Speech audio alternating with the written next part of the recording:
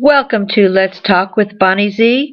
Today's episode is about cancer, part 1.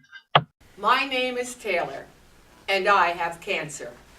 I'm 71 years old, and I discovered my breast cancer after a routine mammogram.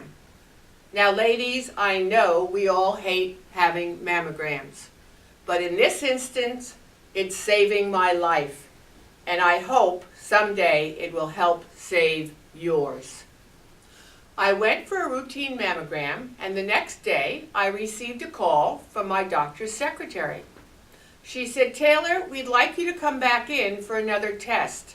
Your last test was incomplete, and we'd like to do it again." I said, "What do you mean incomplete?" "Now, Taylor, you know we can't talk about that on the phone. Please come in for another test." "Did you find something?" "Please come in for another test." So the next day I went in for another mammogram.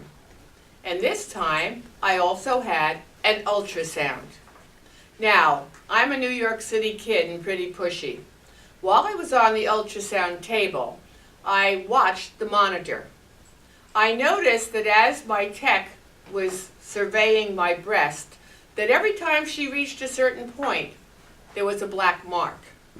The others looked sort of whitish, but this black mark kept coming up. After the tech finished, she said, "I need to show your film to our radiologist." He came back in after a few minutes and said, "We would like to do another test on you. A fine needle aspiration biopsy." Now, I have my good friend Sally here, who is my advocate, and in a few minutes she will explain some of these tests in more detail. So anyway, I had this biopsy. 2 days later, I was back in my doctor's office again, and she looked at me and she said, "I have something to tell you." I said, "I already know I have cancer. How bad is it?" And she was a little startled, but she said, "We found it with early detection. Everything depends on detection, and you are so lucky. Yours is very early." She says, "And I know we can beat this." The next day, I met my surgeon. 4 days later, I was back in the hospital again. I had another battery of tests, and then I was operated on. I had what was called a lumpectomy. That means they take the mass out of your breast. I also had a lymph node biopsy. And after my surgery and testing again, they discovered that the cancer was in one lymph node. After the surgery, which is same-day surgery at the hospital, I was very lucky. My daughter took me to her home where I was able to rest for 2 more days. I had soreness under my right arm and on my breast, but it was nothing dramatic. Just means you have to take care of yourself for a few days. So anyway, I had the lumpectomy, I had 1 lymph node, and that put me into stage 2 breast cancer. Hi, I'm Sally. I'm Taylor's advocate. For 21 years, I was the front office manager for a group of medical oncologists. And I'm here to explain some of the terminology on Taylor's cancer journey. The first test she had was a mammogram, which is absolutely necessary on an annual basis for every woman after a certain age.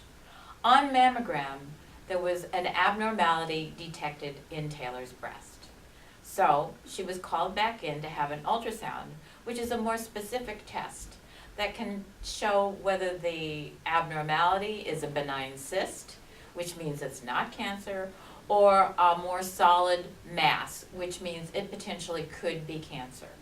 This is why the radiologist came in and did a fine needle aspiration, where he took a fine needle, put it into the mass, and took it to the pathology department, where the pathologist looked at it under the microscope.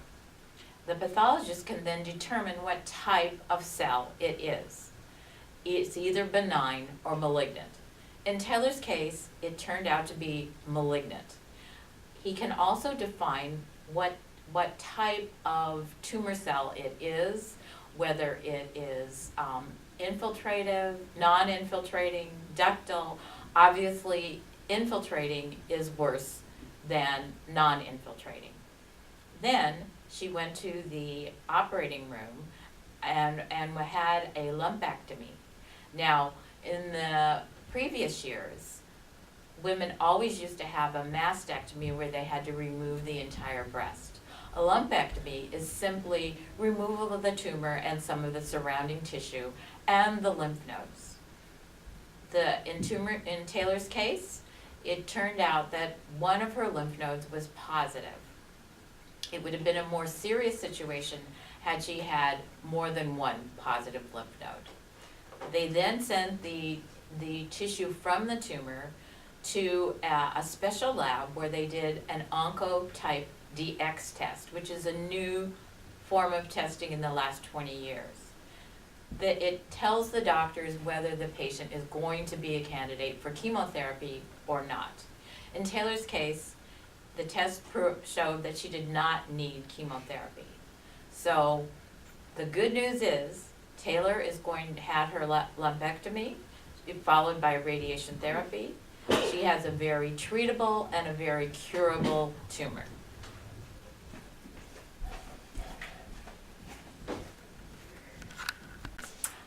Hi, I'm here to talk to you about support systems. Obviously, you need help when you're going through your cancer treatment journey. The first is obviously your family and friends. It's important to be surrounded by people who are going to support you and give you positive feedback. The second is the internet. In this day and age, we are privileged to have a vast amount of information contained in websites on the internet. There are some very good ones and there are also some very bad ones. So I urge you to be careful in what you look up on the internet because some of them have no basis in scientific fact. A couple that I could easily recommend to you are the National Cancer Institute website, which has a wealth of information about cancer and cancer treatment and cancer research going on all over the country and internationally. The second is the American Cancer Society, which is a really valid source of information and help for all cancer patients. They even have a transportation service where if you go locally, they can help you get to your treatment if you are unable to get to treatment. That is one of the many services they provide. Another is through the American Cancer Society. It's called Look Good, Feel Better. It's for women with breast cancer who don't feel like they look very good or they've lost their hair through chemotherapy. And they have a whole program where they give you wigs and turbans and help you do makeup and all those kinds of things. The next thing is your local hospital. Any place that treats cancer patients usually has a support system available to them. Social workers, nurse practitioners, for any kind of problem you might be encountering during this process. It's also many of these places also have a peer group that is facilitated by a social worker or a nurse, but you can share all of your feelings, emotions, everything with people who are undergoing the same situation that you are in. So I think it's really important for everyone who has cancer, who is going through this cancer treatment, to know that all of these resources are available to you today. I'd like to share a little bit more personal insights regarding support group. The first thing you need is an advocate. Now, an advocate is a good friend who you can trust. This is the person who is going to follow you around. They're going to take care of making sure you get to your appointments. They keep a notebook of everything that's being said. You can feel that you can share every emotion you have with them, and they will respect you through your entire cancer journey. Once you have a good advocate, you can prepare to tell your family. Now, your family may have a bit of denial that could show itself in anger. Also be prepared for that. If there is a young child about, be prepared for them to ask questions, but never answer more than they ask. Cancer is a big word for everybody. The third group would be your personal friends. Make sure you surround yourself with individuals who are understanding and have positive thoughts. Also be prepared to answer all their questions to the best of your knowledge. The fourth person, and probably most important, is yourself. Face cancer with a forward, positive attitude. I know it's hard, but if you have a pity party, take 2 seconds and then move on. Being negative never helps cancer in any way, shape, or form. Being positive makes your journey easier, quicker, and much more pleasant.